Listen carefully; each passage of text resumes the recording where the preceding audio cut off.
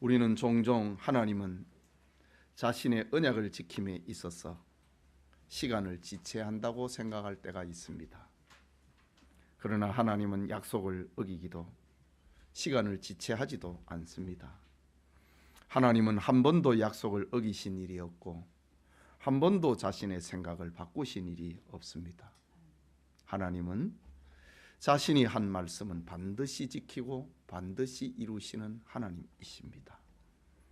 우리는 이런 사실을 아브라함의 생애를 통해서 배우게 됩니다. 하나님이 아브라함에게 주고자 했던 그 믿음의 시간은 25년이었습니다. 그러나 아브라함은 그 시간을 견디지 못하고 몇 번이나 곤두박질하지요. 실패하기도 하고 의심하기도 하고 좌절하기도 합니다. 그럼에도 하나님은 자신의 계획이나 시간을 바꾸신 일이 없습니다. 아브라함을 오히려 격려하고 깨우시고 믿음의 사람이 되도록 인도하시는 분이십니다. 민수기 23장 19절에는 하나님을 이렇게 표현합니다. 하나님은 사람이 아니시니 거짓말을 하지 않으시고 인생이 아니시니 후회가 없으시도다. 어찌 그 말씀하신 바를 행하지 않으시며 하신 말씀을 실행하지 않으시랴 라고 하나님의 성품을 표현합니다. 우리는 지금까지 살펴본 말씀처럼 하나님의 언약 성취를 기다리는 동안에 아브라함은 여러 번 곤두박질 칩니다. 언약의 땅 가나안에 기근이 오자 가나안을 등지고 애굽으로 피신했다가 아내 사례를 잃을 뻔한 수치를 당하기도 했습니다. 조카 롯과의 갈등도 있었습니다. 10년이 지났을 즈음 그의 믿음은 몹시 흔들렸습니다.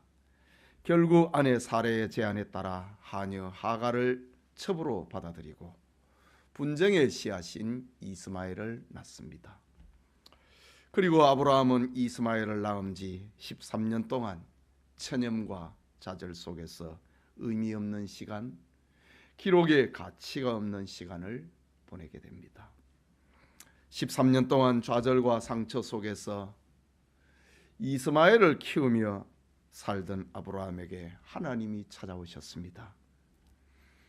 신앙의 수면 상태에 들었던 아브라함의 믿음을 깨우기 위해서 찾아오신 것입니다. 하나님은 아브라함을 포기하지 않으셨고 한 번도 잊은 적이 없으셨습니다. 하나님은 자신의 때를 지금까지 보고 계셨던 겁니다. 아브라함이 99세가 되고 사레의 나이 89살이 되어서 인간의 생식 기능이 다 죽어버렸을 때입니다. 하나님의 능력이 아니면은 출산이 불가능한 그때에 하나님은 아브라함을 찾아오셨습니다. 그리고 나는 전능한 하나님이라 라는 말씀으로 아브라함을 찾아오셨지요. 하나님의 음성 앞에 아브라함은 다시 신앙의 눈을 뜨기를 시작합니다. 여러분, 우리는 포기했을지라도 하나님은 포기하지 않습니다. 우리는 잊어도 하나님은 잊어버리지 않습니다. 신앙에 잠을 자고 있는 분이 있다면 오늘 성경을 통해서 영혼이 깨어나고 믿음이 회복되는 축복이 있기를 소원합니다.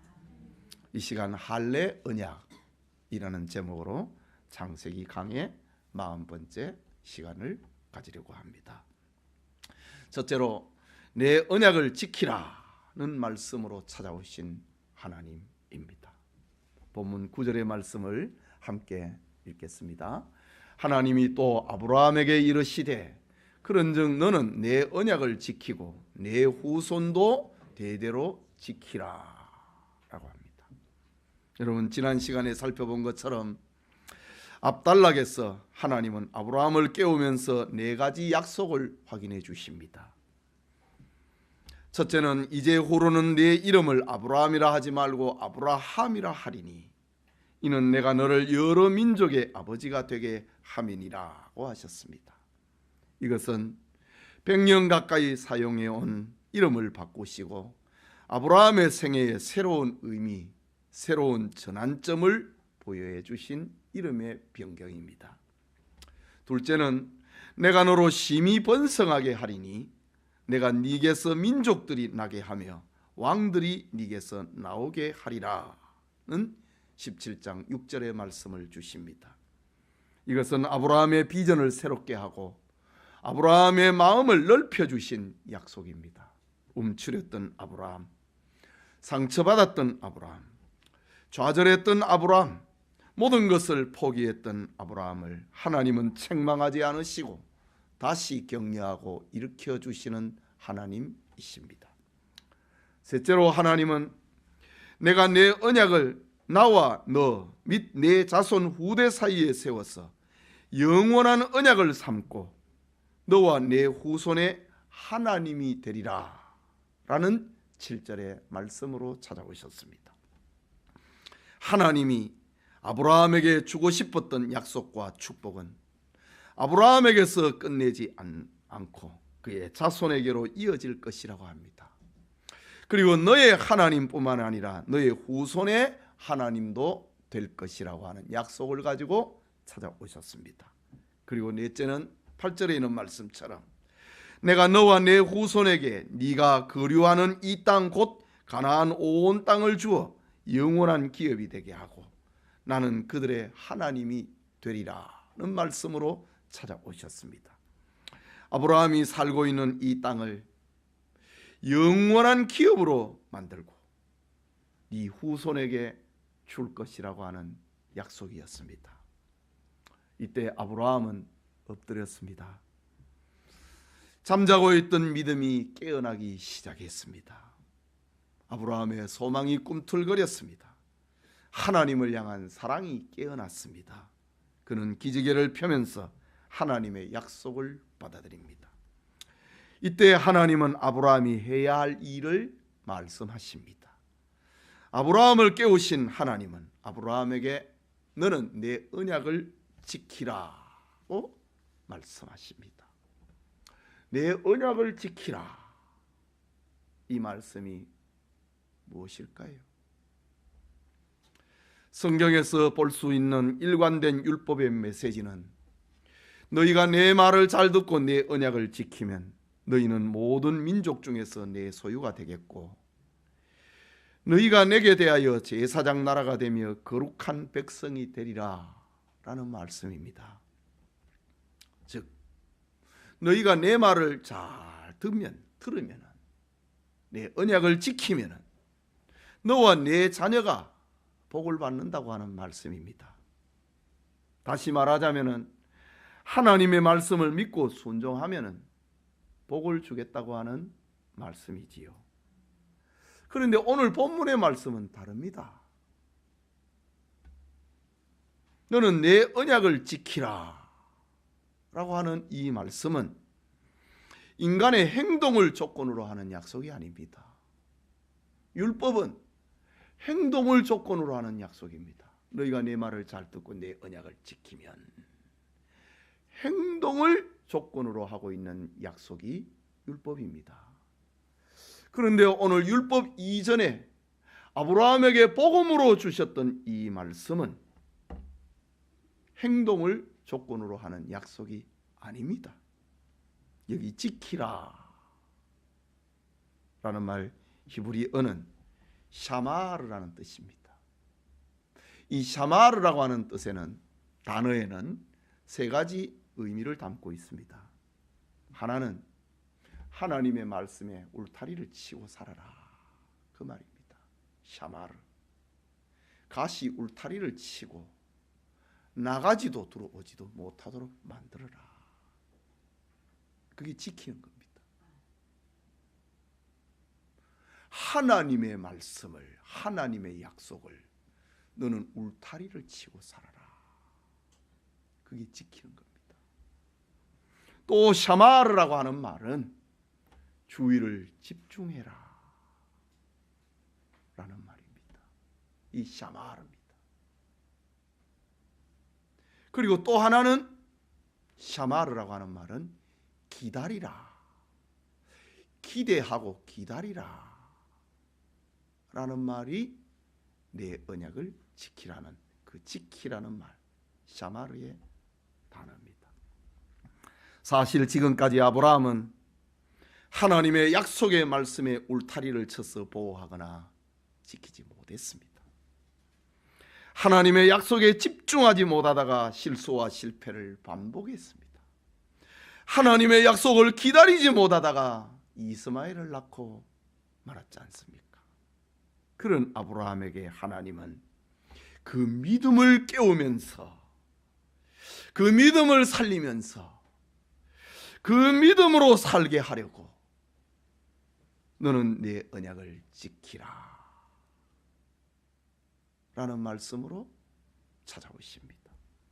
여러분, 앞단락에서 아브라함에게 주신 하나님의 언약을 살펴보면은 지키라 라고 하는 이 말씀이 무엇을 담고 있는지를 분명해집니다. 하나님이 17장 1절에서 8절까지 아브라함에게 찾아오셔서 네 가지의 약속을 주십니다. 이 네 가지 약속 중에서 아브라함이 지킬 수 있는 거 아무것도 없습니다. 이 네 가지 하나님의 약속 가운데서 아브라함이 할 수 있는 게 아무것도 없습니다. 아브라함이 어찌 여러 민족의 아버지가 될 수 있습니까? 없습니다. 아브라함이 무슨 힘으로 번성하여 민족을 이루고 왕들이 자신의 후손에게서 나오게 할 수 있습니까? 없습니다. 아브라함이 어찌 하나님과 영원한 언약을 세울 수 있고 자기와 자기 후손의 하나님을 삼을 수 있습니까? 없습니다. 아브라함이 어떤 노력을 해야 가나안 땅을 영원한 기업으로 삼고 그 후손의 기업으로 만들 수 있습니까? 없습니다.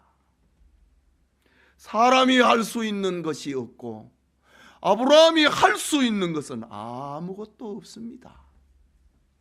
하나님과 아브라함이 맺은 언약은 하나님의 일방적인 계약이고 일방적인 언약입니다.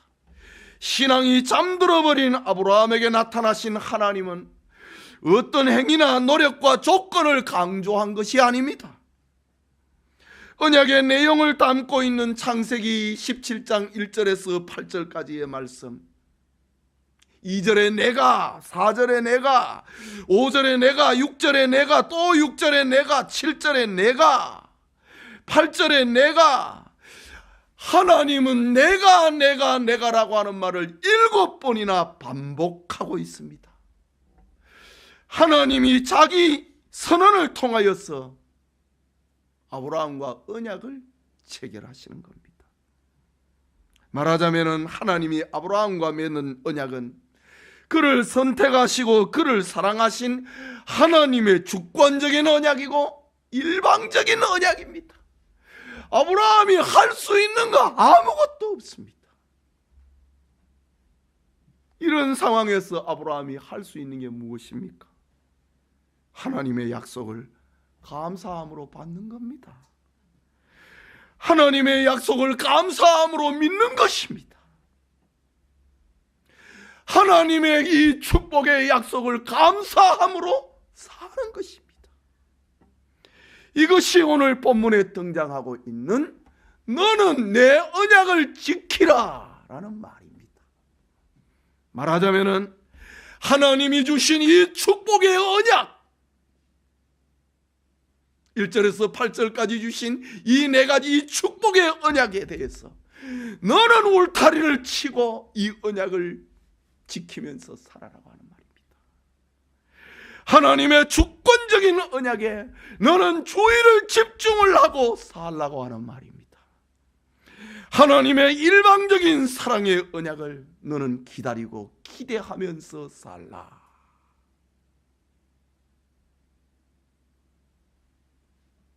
행동을 조건하는 게 아니고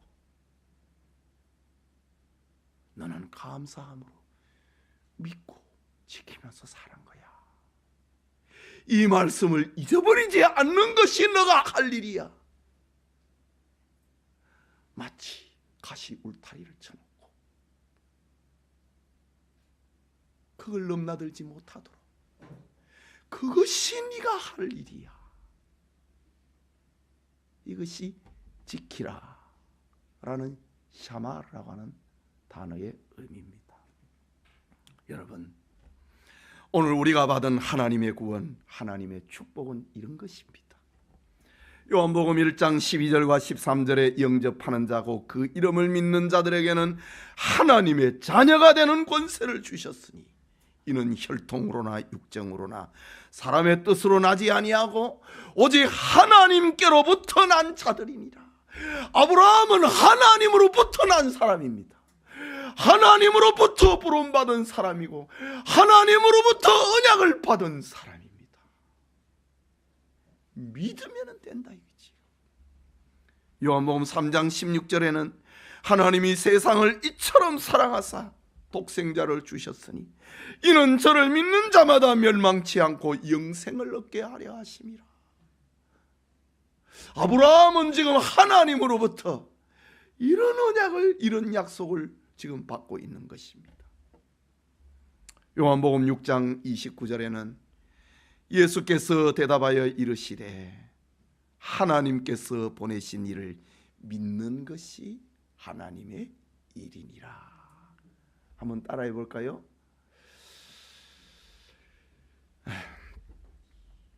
하나님께서 보내신 이를 믿는 것이 하나님의 일이니라. 예, 하나님이 보내신 이 예수님을 믿는 게, 예수님을 믿는 것이 하나님의 일입니다. 지금 아브라함에게 너는 내 언약을 지키라, 바로 이 말입니다. 너는 내 말을 믿는 것이 하나님의 일이니라. 지키는 거다 이거죠. 믿는 것은 지키는 겁니다. 울타리를 쳐가지고 하나님의 약속이다, 하나님의 축복이다, 믿는 것이 지키는 것입니다. 하나님의 약속을 집중을 하고 사는 것이 지키는 것입니다. 이 하나님의 약속을 기대하고 기다리면서 사는 것이 하나님의 언약을 지키는 것입니다. 요한복음 14장 18절에는 내가 너희를 고아와 같이 버려두지 아니하고 너희에게 오리라. 이 말씀은 지금 아브라함에게 해당되는 말입니다. 예, 아브라함이 죄를 지었고 인간적으로 하나님의 뜻을 이루어 보려고 하다가 이스마엘을 낳아버렸습니다. 죄를 지었습니다. 그리고 의미 없이 실망 속에 내가 또 하나님 앞에 죄를 지었다, 이게 몇 번이고 실망 속에서 살아가고 있었습니다. 그런데 하나님께서는 아브라함을 고아와 같이 버려두지 아니하시고, 아브라함은 잊어버렸지만은 하나님은 아브라함을 잊지 아니하시고, 아브라함은 지난날 하나님의 약속을 잊어버렸지만은 하나님은 자신이 하신 약속을 잊지 아니하고 아브라함을 찾아오셨습니다. 그리고 아브라함에게 하신 말씀, 너는 내 언약을 지켜라. 믿어야 된다, 그 말입니다. 여러분, 하나님이 주신 축복과 약속을 아브라함이 그랬던 것처럼 우리는 울타리를 치듯이 마음에 간직하고 살아야 됩니다. 집중하고 우리의 삶의 중심으로 여겨야 됩니다. 하나님의 약속을 잊어버리지 말고 기다리고 기대해야 됩니다. 새해에 하나님이 은혜로 주신 구원과 축복을 믿음으로 간직하고 믿음으로 집중하고 믿음으로 기다리는 은혜가 우리 모두에게 있기를 소원합니다. 그게 둘째로 언약의 징표로 할례를 받으라고 말씀하신 하나님이십니다. 본문 10절과 11절 함께 읽겠습니다. 너희 중 남자는 다 할례를 받으라. 이것이 나와 너희와 너희 후손 사이의 내 언약이니라. 너희는 포피를 배워라. 이것이 나와 너희 사이의 언약의 표징이니라 라고 합니다. 여러분, 성경에 할례를 받으라고 하는 말씀은 100번도 더 나옵니다. 그러니 할례에 대한 개념을 분명히 해야 되겠지요.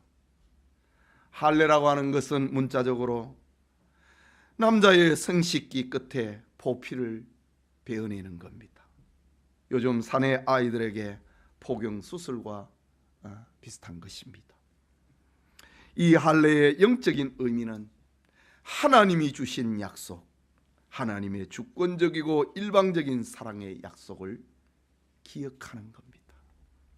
하나님은 아브라함을 선택하시고 아브라함을 사랑하시기 때문에 약속하셨고, 그 약속을 후대에까지, 메시아가 오실 때까지, 성령이 오실 때까지 자녀들에게 전수되도록 특별한 표징을 주셨는데, 그것이 할례입니다.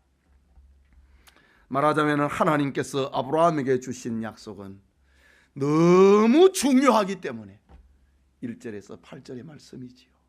이 언약은 너무 중요하기 때문에 날마다 이 약속을 생각하고, 날마다 이 약속을 기억하고, 이 약속을 잊지 않도록 하기 위해서 하나님은 네 몸에 새겨라 라고 하는 말씀입니다. 이처럼 할례 언약은 대단한 축복을 담고 있는 약속입니다. 하나님이 아브라함에게 주신 이 총체적인 약속과 총체적인 축복을 담고 있는 것이 할례 언약입니다.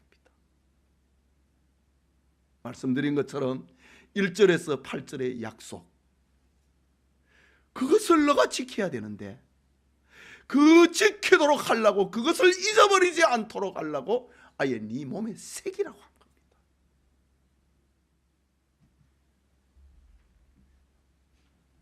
예수님이 오신 후에는 이 할례가 하나님과 우리 사이의 언약의 표징이라고 할 수는 없습니다.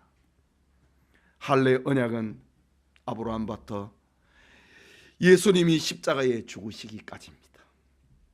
오늘날의 하나님의 주권적이고 일방적인 사랑의 표징이 무엇입니까?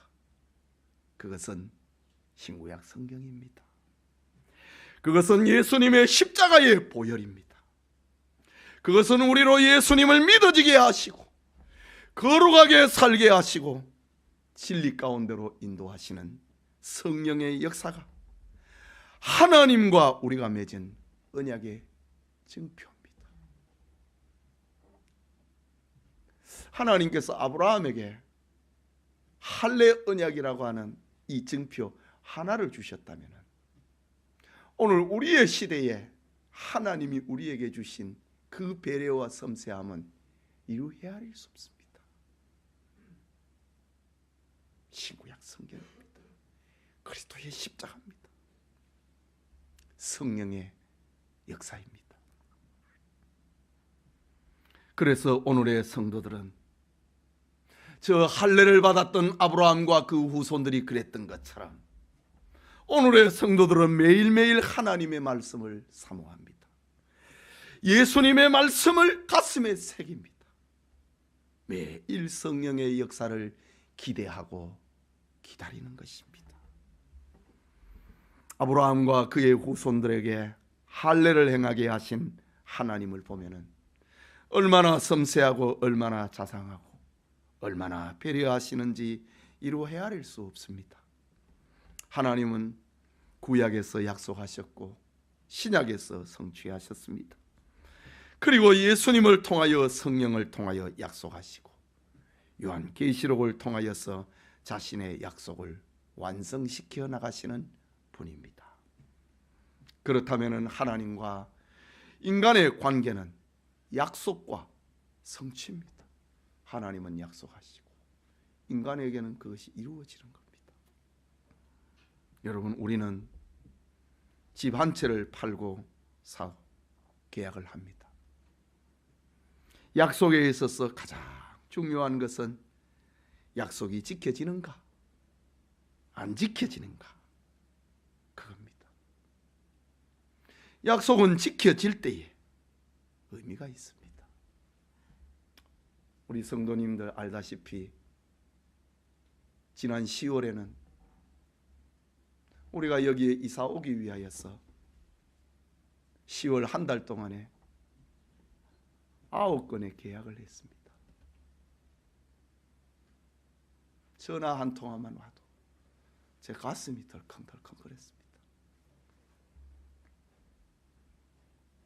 여기 머물고 있는 5세대와 기업들이, 가게들이 안 나간다 하면 어쩔까? 나간다 했는데, 네. 약속을 어기면 어쩔까? 가슴이 덜컹거렸습니다. 저기 신도림에 있는 우리 건물 4곳과 계약을 했습니다. 지금도 부동산에서 전화가 오면은, 법무사에서 전화가 오면은 가슴이 두근두근거립니다. 아직 등기가 끝이 안 났거든요. 뭐가 잘못된 거 아닌가? 우리가 서류를 얼마나 많이 해다 줬는지 모릅니다. 계약이라고 하는 것은 그렇게 중요한 겁니다. 약속은 지켜질 때 의미가 있는 것입니다.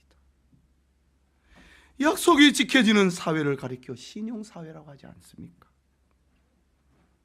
약속이 지켜지는 나라는 모든 것이 쉽고 편안하고 안전합니다. 하지만 약속이 지켜지지 않는 나라는 불안합니다. 돈이 많이 들고 의심해야 되고 사기를 당하기도 하지 않습니까?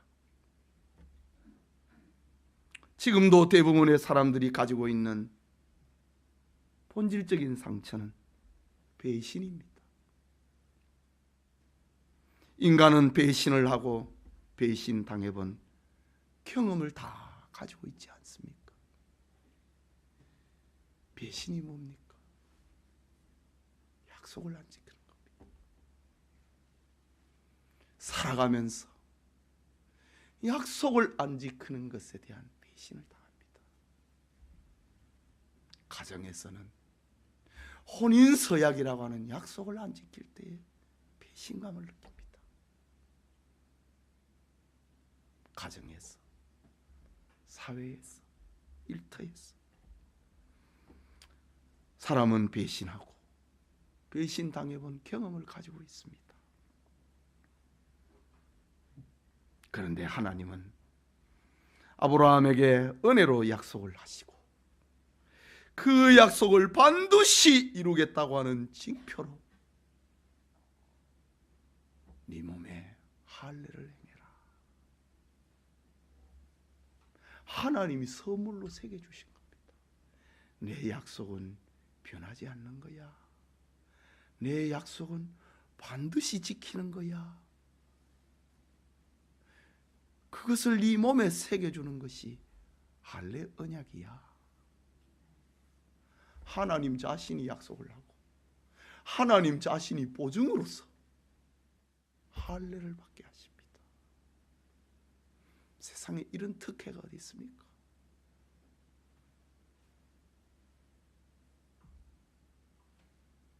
얼마 전에 요 가게에 있던 사람이 뭐 부가세 그거 해달라고 전화가 왔어요. 전화 오면 들컹거려요. 또 뭔 일이 있는가? 자기 가게를 했는데 부가세 신고를 해야 된다 이거요. 그래 잘 됐다 싶었어요.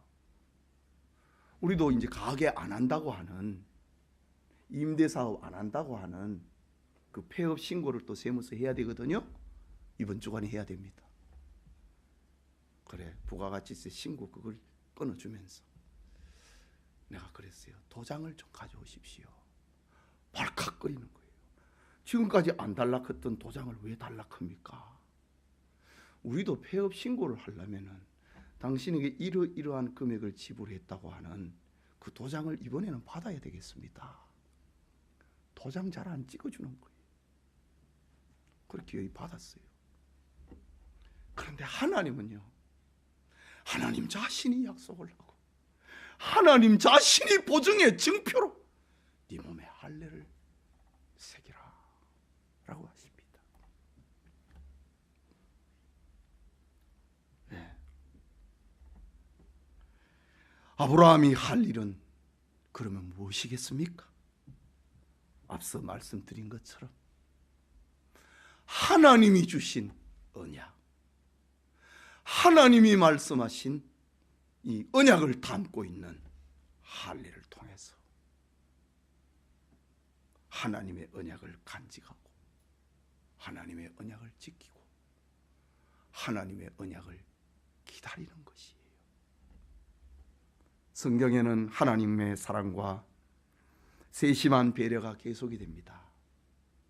12절 말씀입니다. 같이 읽겠습니다. 너희는 대대로 모든 남자는 집에서 난 자나 또는 너희 자손이 아니라 이방 사람에게서 돈으로 산 자를 막론하고 난 지 8일 만에 할례를 받을 것이라 라고 합니다. 하나님은 아이들이 자신의 의사를 표현할 수 없는 그 나이에 난 지 8일 만에 아무것도 모르는 나이에 할례를 행함으로 하나님의 백성으로 살도록 만들어 주어라. 그런데 오늘 본문에 보면은 의미 있는 말이 또 하나 나옵니다. 할례는 아브라함의 가족들뿐만 아니라 이방 사람에게서 돈으로 산 자를 막론하고 너 집에 머무는 사람은 누구든지 남자는 다 할례를 받으라고 하십니다. 이것은 우리를 놀라게 하지 않습니까? 사람들은 보통 자기 가문과 자기 혈통을 중요하게 여깁니다. 자기 자식을 얼마나 귀하게 여기는지요.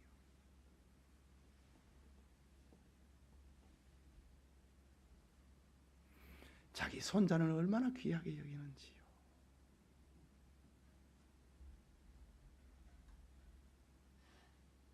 교회에 이런 일이 있었습니다.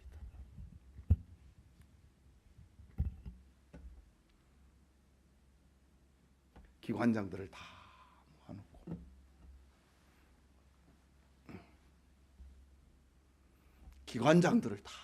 모아놓고 제가 더 말 안 합니다. 나를 욕하는 사람은 내가 용납할 수 있다. 그러나 내 자식들을 욕하는 사람은 내가 용서할 수 없다. 지난주에 벌어진 이야기입니다. 자기 자식에 대해서는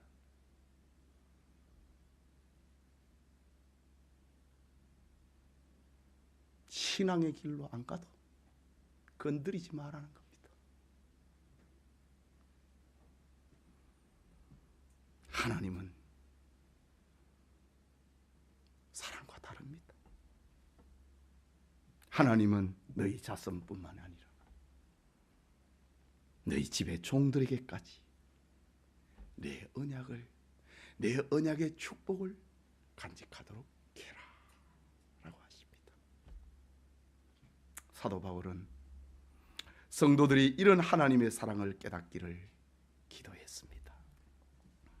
에베소서 3장 8절과 18절과 19절에 능히 모든 성도와 함께 지식에 넘치는 그리스도의 사랑을 알고 그 너비와 길이와 높이와 깊이가 어떠함을 깨달아 하나님의 모든 충만하신 것으로 너희에게 충만하게 하시기를 구하노라 라고 했습니다.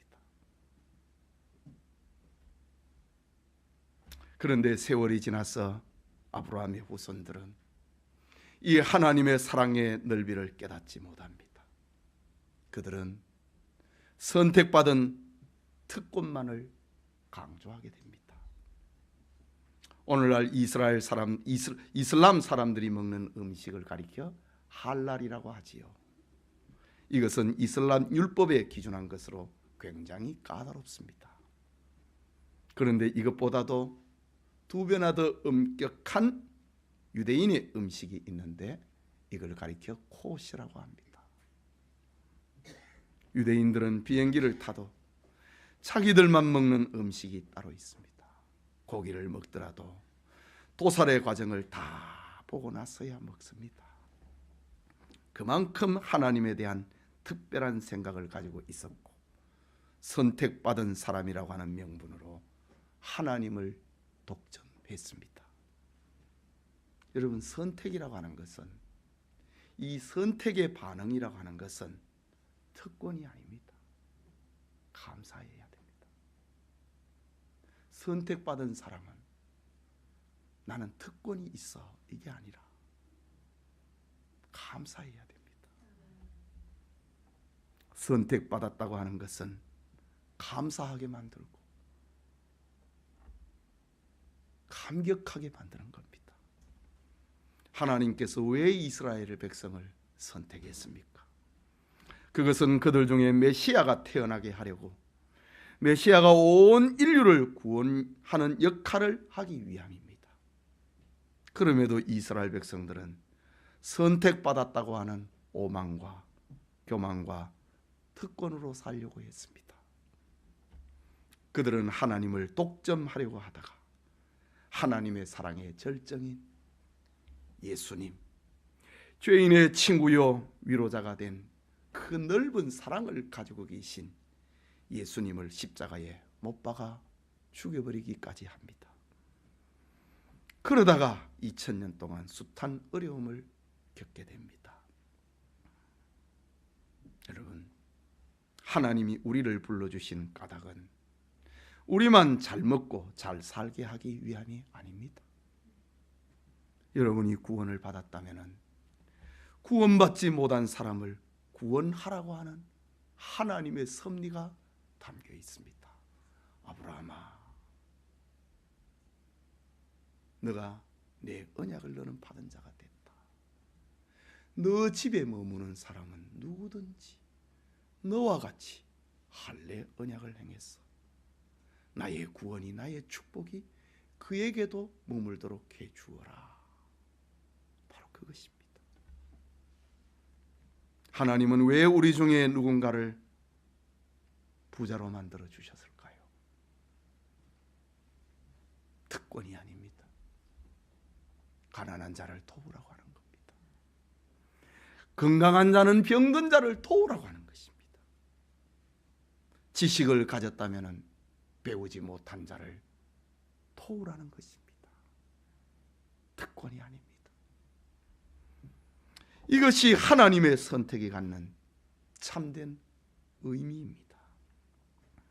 만일 하나님의 놀라운 특권인 선택을 잊어버리고 이것을 이용을 하고 착취하고 누리고 독점한다면 우리도 이스라엘이 그랬던 것처럼 책망을 받고 말 것입니다.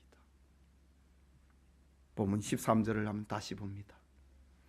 너희 집에서 난 자든지 너희 돈으로 산다든지 할례를 받아야 하리니 이에 내 언약이 너희 살에 있어 영원한 언약이 되려니와 라고 합니다. 여러분, 할례 언약, 곧 하나님의 사랑을 받은 언약은 아브라함의 후손이기 때문이 아닙니다. 하나님의 언약은 노예로 팔려온 사람이라 할지라도 하나님의 자녀가 될 수 있다고 하는 언약입니다.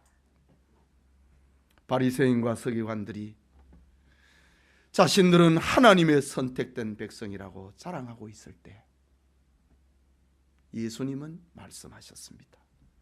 마태복음 3장 9절과 10절에 속으로 아브라함이 우리 조상이라고 생각하지 말라. 내가 너희에게 이르노니 하나님이 능히 이 돌들로도 아브라함의 자손이 되게 하시리라. 이미 도끼가 뿌리에 놓였으니 좋은 열매를 맺지 아니하는 나무마다 찍혀 불에 던져지리라 라고 했습니다. 하나님은 아브라함과 그 후손만 얘기한 게 아닙니다. 네 집에 유하는, 너 집에 머물고 있는 너의 노예, 너희 집의 종들도 내가 너희에게 준 구원과 축복이 그들에게도 머물도록 해주어라 라고 하셨습니다. 우리가 선택받았다, 우리가 하나님의 사랑을 받았다, 이것은 겸손과 감격과 봉사의 기회를 받은 겁니다. 물론 우리를 구원하기 위해서 하나님이 택하신 것은, 하나님이 우리를 택하신 것은 맞습니다. 그러나 더 중요한 것은 나의 구원에서 머물지 않고 나를 통해서 구원받지 못한 많은 영혼을 구원하기 위해서 택하신 것입니다. 하나님이 사도 바울을 택하신 것을 첫째는 그를 구원하기 위함이 맞습니다. 그러나 더 큰 의미는 이방인을 위한 택한 그릇으로 쓰기 위해서 하나님이 하나님이 바울을 선택하신 것입니다. 복음은 유대인과 이방인을 구별하지 않습니다. 복음은 헬라인과 야만인을 구분하지 않고 배운 자와 배우지 못한 자를 구분하지 않고 복음은 부자와 그리고 가난한 자도 구분하지 않습니다. 부자도 구원받을 수 있고 가난한 자도 구원받을 수 있습니다. 종도 구원받을 수 있고 주인도 구원받을 수 있습니다. 크고 넓은 하나님의 사랑을 알려주고 있는 말씀이 네가 돈으로 사온 종이라도 할지라도 내 언약이 그에게 머물도록 해주어라 라는 말씀의 의미입니다. 마지막으로 14절을 봅니다. 할례를 받지 아니한 남자 곧 그 포피를 베지 아니한 자는 백성 중에서 끊어지리니 그가 내 언약을 배반하였음이라 라고 합니다. 하나님은 아브라함의 자손이든 노예든 할례를 받아서 하나님의 백성된 표를 만들라고 했습니다. 그런데 이 표를 하지 않는 사람은 하나님의 백성이 아니라고 했습니다. 말하자면 하나님의 언약을 마음의 울타리로 삼지 않고 하나님의 언약을 기억하지 않는 사람, 하나님의 약속을 기대하지 않고 기다리지 않는 사람은 하나님의 백성이 될 수 없다는 말입니다. 하나님의 이 약속을 상징하고 있는 것이 바로 할례입니다. 성도 여러분, 아브라함의 신앙의 문제는 하나님의 언약을 잊어버리는 것이었습니다. 그러나 사랑이 풍성하신 하나님은 이 언약을 잊어버리지 않도록 하기 위해서 찾아오셔서 할례 언약을 세우셨습니다. 할례를 통하여서 매일매일 볼 때마다 하나님의 언약을 기억하고 하나님의 언약을 지키면서 간직하면서 살라고 하신 것입니다. 그런 의미에서 할례는 오늘 성경에 내 언약이다, 하나님의 언약이다, 하나님의 사인이다 라는 것입니다. 여러분, 하나님께서 아브라함을 아브라함 되게 하시고 믿음의 조상이 되게 하신 것은 하나님의 선택과 부름에서 시작됩니다. 그것은 아브라함이 남보다 더 의롭고 더 깨끗하고 더 정결하고 더 도덕적인 삶을 살아서가 아닙니다. 우리의 부르심처럼 하나님은 일방적이고 주권적으로 아브라함을 부르신 것입니다. 오늘 성경의 하나님의 말씀에 대한 아브라함의 응답은 하나님의 언약을 마음에 간직하고 집중하고 기대하는 믿음입니다. 하나님은 아브라함의 믿음을 담을 수 있는 그릇으로, 아브라함의 믿음을 새길 수 있는 표징으로 할례를 명하신 것입니다. 그러면서 이 표징을 행하지 않는 자는 하나님의 총회에서 끊어질 것이다 라고 했습니다. 이것의 신약적인 의미는 무엇일까요? 지키고 간직하고 잊지 말아야 될 신약적인 의미는 무엇일까요? 로마서 10장 10절에 사람이 마음으로 믿어 의에 이르고 입으로 시인하여 구원에 이르느니라. 그것과 맥을 같이 합니다. 아브라함이 할례를 행하는 것은 내가 하나님을 믿는다 이거지요. 하나님의 언약을 믿는다 이거지요. 그리고 내 몸에 새겼다 이거지요. 사람이 마음으로 믿어 의에 이르고 입으로 시인해서 구원에 이른다 그런 면에서 아브라함이 받은 할례 언약의 본질은 마음이 변화되고 새로워져야 하는 것입니다. 아브라함에게 하나님이 요구하시는 것은 이제 너는 마음의 변화를 받아야 된다. 할례 언약을 새기면서 너는 이것을 보면서 울타리로 삼아라. 집중해라. 기대해라.